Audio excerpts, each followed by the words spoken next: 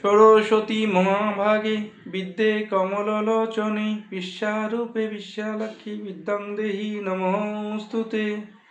ওম অখণ্ডমণ্ডলাকারং ব্যপ্তং জ্ঞান চরাচরম তৎপদং দর্শিতং জ্ঞান তস্मै শ্রী গুরুবে নমঃ।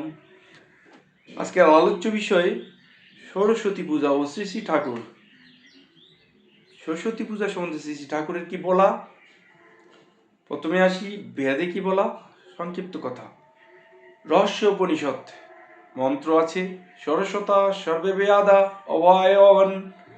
সরস্বতী থেকে সব বেদের সৃষ্টি, সে কারণেই বিদ্যার অধিষ্ঠাত্রী দেবীও বলা হয়। সব বর্ণমালা সরস্বতী থেকেই সৃষ্টি। একবার দেখা করে শ্রী শ্রী সরস্বতী পূজা উপলক্ষে ঠাকুর সকলের সঙ্গে যে আলোচনায় বসলেন, সেখানে পুস্তক ঘাটা হলো, অভিধান ঘাটা হলো। সরস্বতী শব্দের অর্থ কি, আবিধানিক অর্থ সন্ধি বিচ্ছেদ ভেঙে দেখা গেল সরস অর্থাৎ জলবতী, সরস যোগবতী, জল যিনি বতী, জলবতী সরস্বতী।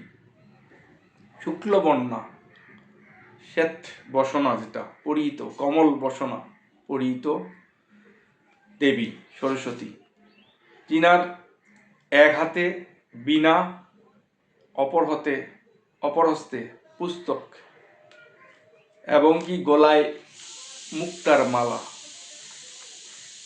এই যে সরস্বতী বিদ্যার অধিষ্ঠাত্রী দেবী, তাকে পূজা করতে হয় ব্রহ্মময়ী রূপে, পরম ব্রহ্ম রূপে। তিনি আমাদের সৃষ্টির রহস্যাবৃতা, কল্যাণময়ী। তো সে কারণেই শ্রী শ্রী ঠাকুর স্বয়ং নিজে সরস্বতী পূজা করতেন। সরস্বতী পূজা না করা পর্যন্ত জল গ্রহণও করতেন না। যখন ঠাকুর একবার অসুস্থ হয়ে পড়লেন, তখন পুরোহিত এসে ঠাকুরকে দিয়ে পূজা করাইয়েছেন। ওই হাতে পুষ্প দিয়ে একেবারে মন্ত্র বলে পুষ্পাঞ্জলি দিতেন ঠাকুর। এই যে সরস্বতী আমাদের বিদ্যার অধিষ্ঠাত্রী দেবী হওয়ার কারণে আমরা সনাতন ধর্মের লোকেরা সরস্বতী পূজা করে আসি।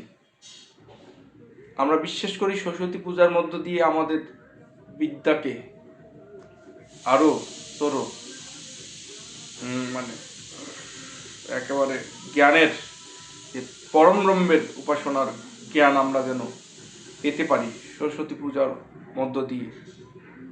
তো এ কারণেই আমাদের প্রতি ভক্তরা এই যে পঞ্চমী তিথিতে পূজা অর্চনা করা হয়।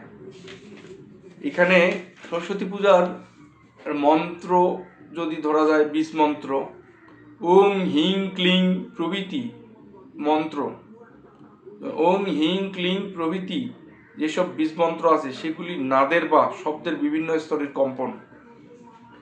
শব্দকে যদি অধিগত করা যায়, তবে সৃষ্টিধারার মূল মর্কজ হাতে এসে যায়। তখন বিষয় ব্যাপার সমূহের কার্যকারণ সম্বন্ধ চিত্তে ধরা পড়ে। তাই সদ্গুরুর কাছে দীক্ষা নিয়ে বিধিবত নাম জপ করার নির্দেশ আছে, এবং সেই সাথে সরস্বতী পূজার আমাদের করতে হবে। সরস্বতী পূজার সাথে সাথে গুরু পূজাও করতে হবে। কারণ বলছে, গুরু পূজা না করলে তো কোনো দেবতার হয় না পূজা। সব দেবতার সিদ্ধ আসন গুরুই কিন্তু তাদের ধ্বজা। সে কারণেই সরস্বতীকে আরেক নাম ভদ্রাকালী। তিনি কল্যাণ গতি সম্পন্না।